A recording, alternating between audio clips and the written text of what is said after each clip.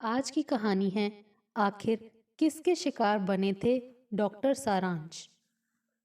रामबन कश्मीर घाटी का एक संवेदनशील जिला। ऊंचे पहाड़, दुर्गम रास्ते और गहरी खाइयों के बीच स्थित है ये छोटा सा इलाका। भोले भाले ग्रामीण जो मौसम की मार सहने के तो आदी थे, मगर हाल ही में हुई आतंकी वारदातों की मार के उतने आदी नहीं थे। मन मारकर इसको भी झेलने के अलावा उनके पास कोई चारा नहीं था।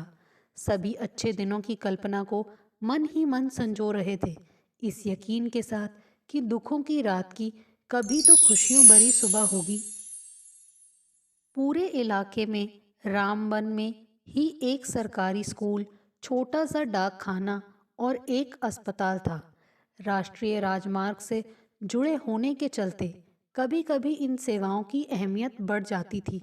हालांकि स्कूल था मगर शिक्षक नदारद थे, अस्पताल था मगर सुविधाएं ना के बराबर थी, डाक खाना था जो डाक बाबू के रहमो करम पर चल रहा था, मगर फिर भी उनकी इमारतें उनके होने का सबूत दे रही थी।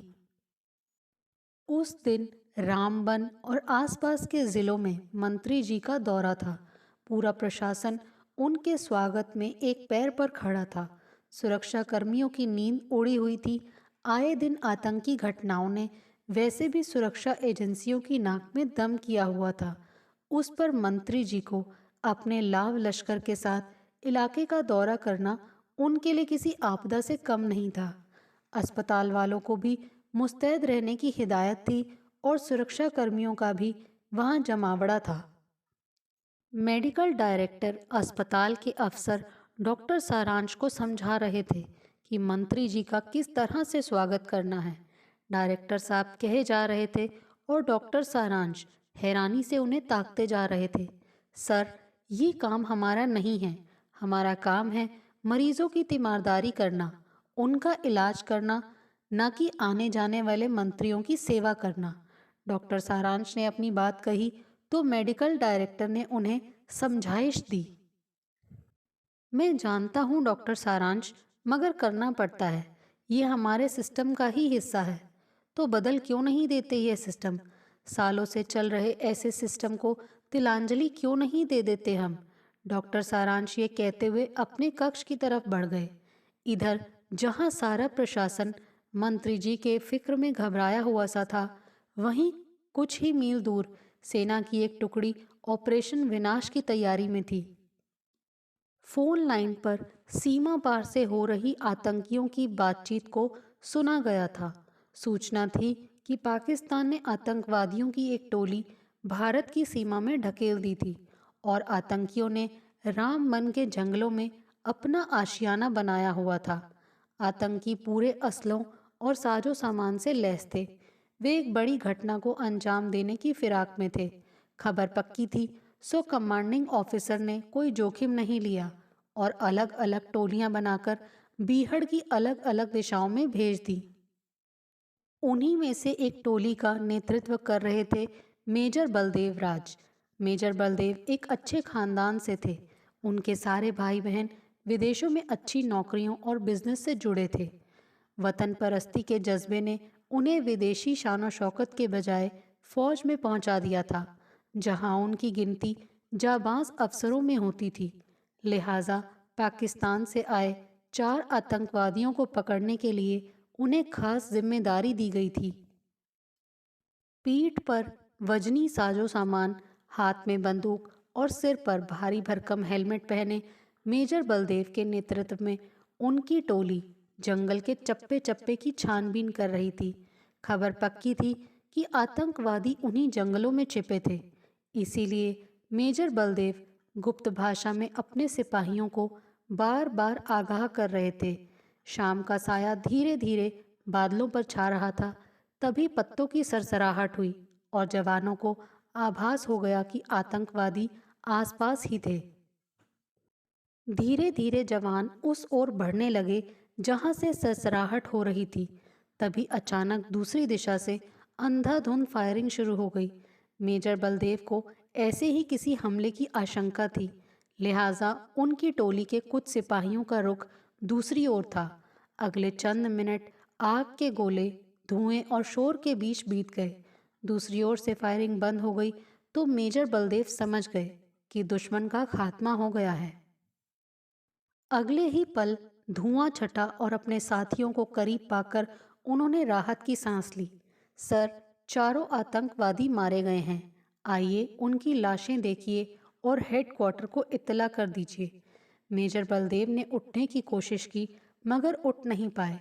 उनकी दाईं टांग लहूलुहान थी, होठों पर दर्द था मगर आंखों में विजय की मुस्कान थी।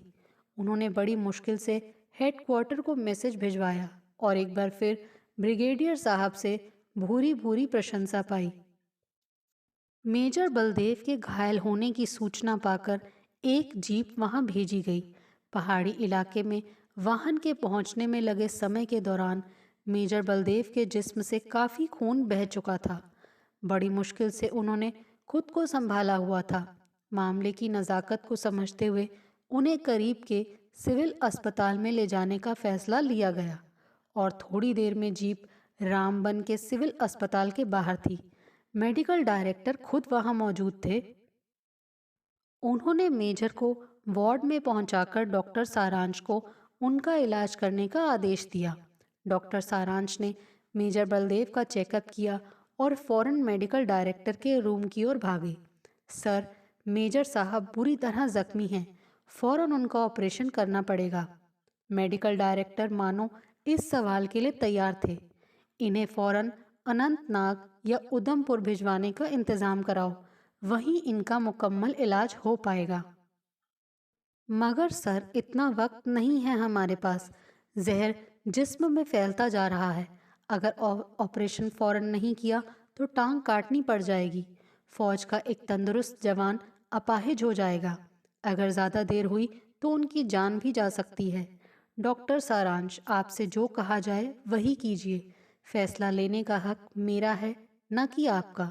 सुना है आपने ऑपरेशन थिएटर और आसपास के कमरे मंत्री जी को दिए हुए हैं ताकि वे इस सर्द और बरसाती रात में आराम फरमा सके। मेजर की टोली के एक जवान ने कहा तो एक बार के लिए मेडिकल डायरेक्टर की परेशानी पर पसीने की बूंदें उभर आईं। लेकिन अगले ही पल उन्होंने बेशर्मी से कहा, आप समय बर्बाद कर रहे हैं, अपना भी और मेरा भी, और सबसे ज़्यादा घायल मेजर का। जल्दी ही इन्हें ले जाने का इंतज़ाम कीजिए। ज़रूरत पड़े तो एयरलिफ्ट करवाइए। आप जानते हैं सर, इस बरसाती रात में एयरलिफ्ट करवाना मुमकिन नहीं है। डॉक्टर सारांश ने आखिरी दाव खेला। फिर तो आपको फौरन रवाना होना चाहिए। एक एक पल कीमती है आपके लिए। मेडिकल डायरेक्टर अड़े रहे। डॉक्टर सारांश पसोपेश में पड़ गए। वे घायल सिपाही अपना फर्ज और लाल फीताशाही के बीच फंसे बेबस से खड़े किसी भी नतीजे पर पहुंच नहीं पा रहे थे। डॉक्टर सारांश ने कुछ ही पलों में मानो फैसला कर लिया। उन्होंने अस्पताल के कुछ कर्मचारियों को बुलाया और उनसे राय मशवरा करने के बाद मेजर को टीले के उस ओर ले गए जहां पर बरसात का प्रकोप कम था। वहीं उन्होंने दो पेड़ों के बीच रस्सी बांधकर मचान बनाया और अस्पताल से लाए औजारों की मदद से गोली निकालने का काम शुरू कर दिया। फौज की जीप की हेडलाइट्स की रोशनी में उन्होंने गोली निकाली और ऑपरेशन को अंजाम दिया। ऑपरेशन कामयाब रहा और पौ फटते फटते मेजर को होश आ गया। फिर थोड़ी ही देर में हेलीकॉप्टर मेजर को लेकर उधमपुर की ओर उड़ गया। डॉक्टर सारांश के इस ऑपरेशन की खबर पूरे जिले में फैल गई और जैसा कि डॉक्टर सारांश को अंदेशा था, दफ्तर से आए एक कर्मचारी ने उन्हें सस्पेंशन ऑर्डर थमा दिया। पत्र में उन पर कई तरह के इल्ज़ाम लगाए गए थे और उनकी शिकायत मेडिकल काउंसिल में कर दी गई थी, जिसमें सिफारिश की गई थी कि डॉक्टर सारांश का मेडिकल लाइसेंस रद्द कर दिया जाए। डॉक्टर सारांश के ऑपरेशन की खबर कुछ यूं फैली कि शाम होते होते कई रोगी उन तक पहुंच गए और उनके परिजन हाथ जोड़ जोड़ कर उनसे रोगियों के ऑपरेशन की गुहार करने लगे। डॉक्टर सारांश के समझाने बुझाने का उन पर कोई असर नहीं हुआ।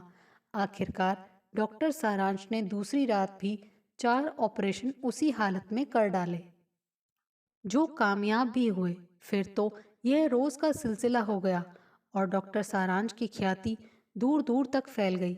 भारी तादाद में रोगी उन तक पहुंचने लगे। मेडिकल डायरेक्टर ने बौखलाहट में डॉक्टर सारांश के खिलाफ एफआईआर दर्ज करवा दी, जिसमें उन पर गैर कानूनी ढंग से ऑपरेशन करने और अस्पताल के सामान की चोरी का इल्जाम भी शामिल था।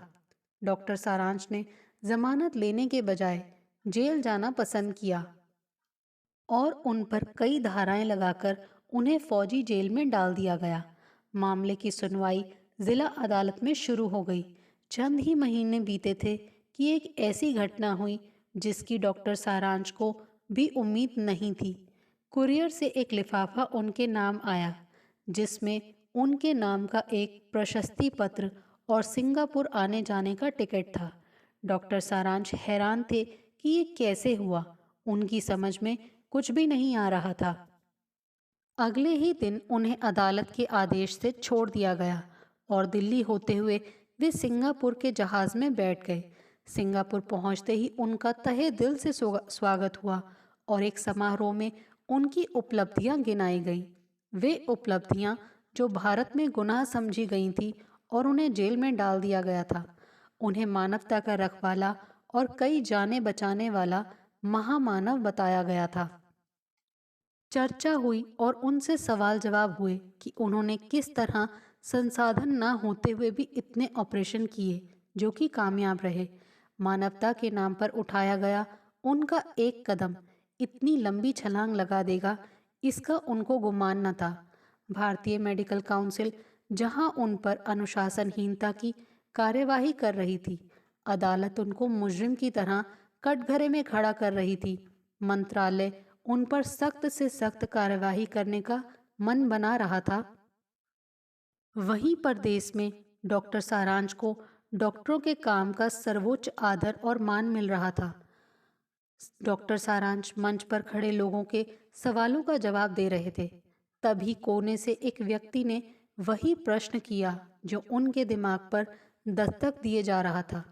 क्या आप मानते हैं कि आज भी भारत में सारी व्यवस्था राजनीतिज्ञों के इर्द गिर्द घूमती है और पढ़ा लिखा डॉक्टर सारांश भी उसी व्यवस्था की भेंट चढ़ जाता है?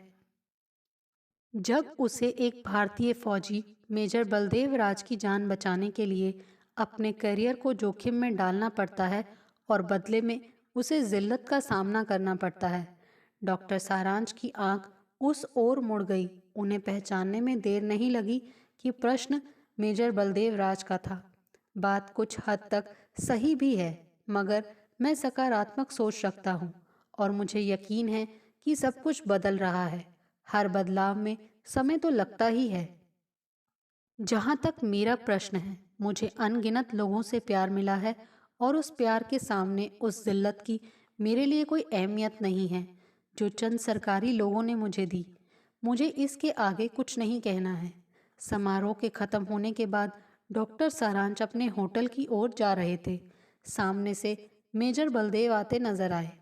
आपने मेरी जान तो बचा ली, लेकिन दुश्मन की गोली अपना काम कर चुकी थी।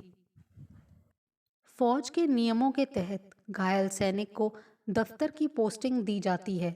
भला मुझ जैसा दौड़ने भागने वाला अफसर दफ्तर की चारदीवारी में क्या करेगा, लेकिन चाहकर भी फौज छोड़ न पाया।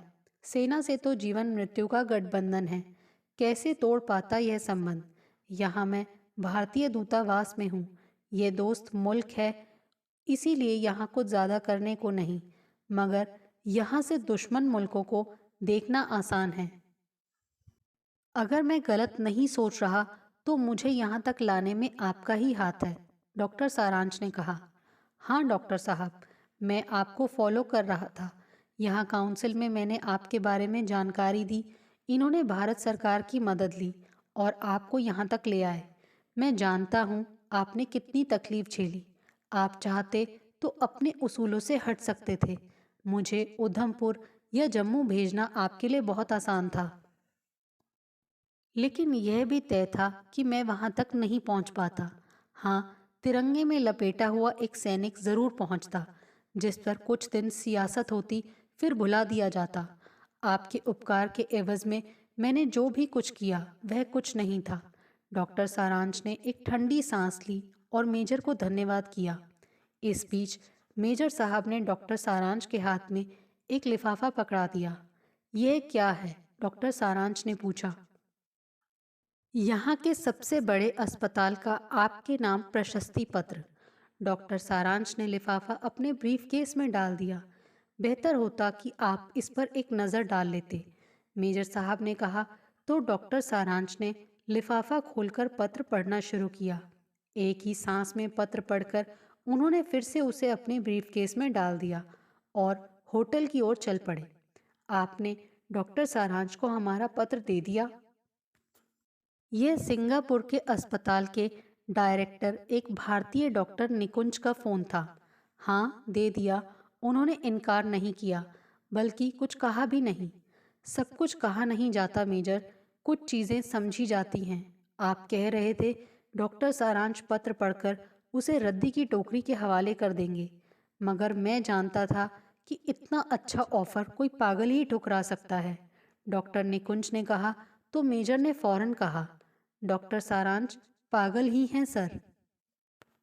दूसरे दिन हवाई अड्डे पर डॉक्टर सारांश को छोड़ने आए वीआईपी लोगों में सिंगापुर अस्पताल के निदेशक और मेजर बलदेव मौजूद थे। मुझे आपका प्रस्ताव मंजूर है, डॉक्टर सारांश ने कोट की जेब से एक लिफाफा पकड़ाते हुए कहा। इसमें कुछ शर्तें हैं जिनके बारे में आपको सोचना है। हमें आपकी सारी शर्तें मंजूर हैं, बस आपकी हाँ चाहिए। मैं आज ही काउंसिल की मीटिंग में इन पर विचार करके आपको जवाब भेज दूंगा। मेजर बलदेव को डॉक्टर सारांश से शायद कुछ और ही उम्मीद थी। उनके चेहरे पर निराशा के भाव थे। डॉक्टर सारांश का हवाई जहाज उड़ चुका था। मेजर बलदेव अनमने से हवाई अड्डे पर ही खड़े खड़े कॉफ़ी की चुस्कियों के साथ कुछ सोच रहे थे। इंसानी ज़रूरतें, भारत में डॉक्टर सारांश के साथ हुई बेइंसाफ़ी। ऐसे में अगर उन्होंने सिंगापुर का ऑफ़र स्वीकार कर लिया तो क्या बुरा किया। उनकी जगह कोई भी होता तो यही करता जो उन्होंने किया। कॉफ़ी पीने के बाद थोड़ा आगे बढ़े तो डॉक्टर निकुंज मिल गए। मेजर साहब, अपने डॉक्टर सारांश का जवाब पढ़ना नहीं चाहेंगे? ये कहते हुए उन्होंने डॉक्टर सारांश का पत्र मेजर के सामने कर दिया। मेजर बलदेव ने एक ही सांस में पत्र पढ़ लिया था। डॉक्टर सारांश ने प्रस्ताव तो मंजूर किया था, मगर शर्त यह रखी थी कि अस्पताल कश्मीर के रामबन इलाके में ही बने, जहां मेडिकल सुविधाएं ना के बराबर हैं। लोगों को इलाज के लिए श्रीनगर या जम्मू जाना पड़ता है। डॉक्टर सारांश ने एक तरह से हमारी पेशकश ठुकरा दी है, मगर मैं हार मानने वाला नहीं हूँ। मैं काउंसिल से अस्पताल वहीं बनाने की सिफारिश करूँगा जहाँ डॉक्टर सारांश चाहते हैं, डॉक्टर निकुंज ने कहा। मेजर बलदेव कुछ समझ नहीं पा रहे थे कि इस पर वे क्या प्रतिक्रिया दें। एक पल उन्होंने सोचा और कहा, डॉक्टर निकुंज, मेरी एक राय है, आप इस बात को यहीं खत्म कर दें। काउंसिल में अधिकतर विदेशी हैं। मैं नहीं चाहता कि अपने देश का नाम नीचे हो।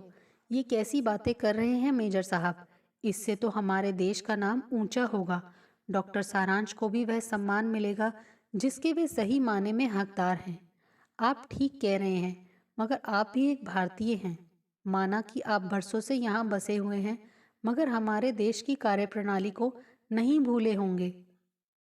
माना कि बदलाव आ रहा है, मगर अभी भी बहुत कुछ पहले जैसा ही है। समय लगेगा। आपका प्रस्ताव बरसों दफ्तरों के चक्कर लगाता रहेगा। फाइलें इधर से उधर घूमती रहेंगी। राज्य सरकार और केंद्र सरकार के बीच खेल शुरू हो जाएगा। विरोधी दल सियासत करेंगे। जम्मू और कश्मीर के खास दर्जे पर चर्चा होगी। सब कुछ होगा, मगर अस्पताल का प्रोजेक्ट पास नहीं होगा। सोचिए क्या गुजरेगी डॉक्टर सारांश पर, और क्या सोचेंगे आपके विदेशी साथी और सहयोगी। शायद आप ठीक कह रहे हैं, डॉक्टर निकुंज ने ठंडी आह भरते हुए कहा। सिर्फ एक डॉक्टर सारांश के आगे आने से काम नहीं चलेगा। आवश्यकता है कि सरकार के मंत्री और सरकारी कर्मचारी दोनों ही अपनी सोच को बदलें, तभी सही मानों में बदलाव आएगा। बहुत ज़रूरी है कि देश में वीआईपी कल्चर, लाल फीताशाही और जिम्मेदारी से दाएं बाएं होने का खेल सरकारी दफ्तरों से खत्म हों। तभी विदेशों में हमारी छवि और लोगों की हमारे बारे में सोच बदलेगी। वे हमें गंभीरता से लेंगे। डॉक्टर सारांश का हवाई जहाज जब दिल्ली पहुंचा तो उनके स्वागत के लिए कई लोग हवाई अड्डे पर मौजूद थे। भीड़ में सबसे आगे मंत्री महोदय और मेडिकल डायरेक्टर थे। उनके चेहरों पर कुटिल मुस्कान अभी भी मौजूद थी। दोस्तों, आपको हमारी ये कहानी कैसे लगी? प्लीज़ कमेंट्स करके बताइए। Thanks for watching this video.